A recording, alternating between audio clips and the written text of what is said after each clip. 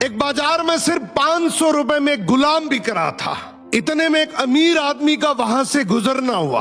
आदमी ने सोचा सिर्फ 500 रुपए में गुलाम बिक रहा है, इतना सस्ता, चलो खरीद लेता हूं। वो गुलाम के पास गए और पूछा कि तुम इतने सस्ते में गुलाम कैसे बेच रहे हो, कामचोर है क्या?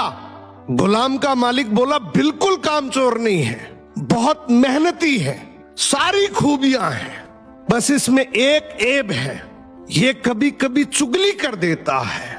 आदमी ने मन ही मन सोचा कि घर में मैं और मेरी बीवी तो है, अगर ये चुगली करेगा भी तो किससे करेगा, खरीद लेता हूं। खरीद कर गुलाम को घर ले आया। कुछ दिनों तक तो गुलाम ने बहुत अच्छे से काम किया, लेकिन फिर एक दिन उसे चुगली का कीड़ा काटा। वो सबसे पहले उस आदमी की बीवी के पास गया और बोला, मेम साहब आपको पता है साहब का बाहर किसी औरत के साथ चक्कर चल रहा है। ये सुनते ही औरत सकते में आ गई और जोर जोर से रोने लगी। गुलाम बोला, अरे मेम साहब आप रो मत, हिम्मत रखो, मेरे पास इस चीज का पक्का इलाज है। मैं एक बाबा को जानता हूं जो आपकी इस मुसीबत को जड़ से खत्म कर देगा। आप बस एक छोटा सा काम करना, रात को जब साहब सो जाए तो उनकी दाढ़ी से कुछ बाल काट कर मुझे दे देना। औरत तैयार हो गई। फिर वो गुलाम वहां से उठा और आदमी के पास गया।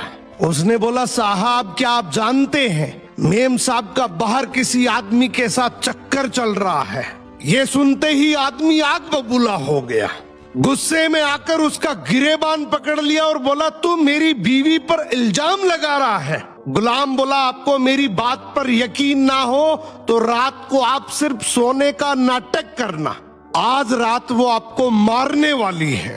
आदमी तैयार तो हो गया, लेकिन वो बोला, अगर तेरी बात झूठ निकली तो मैं तुझे जान से मार दूंगा। रात हुई, आदमी ने सोने का नाटक किया।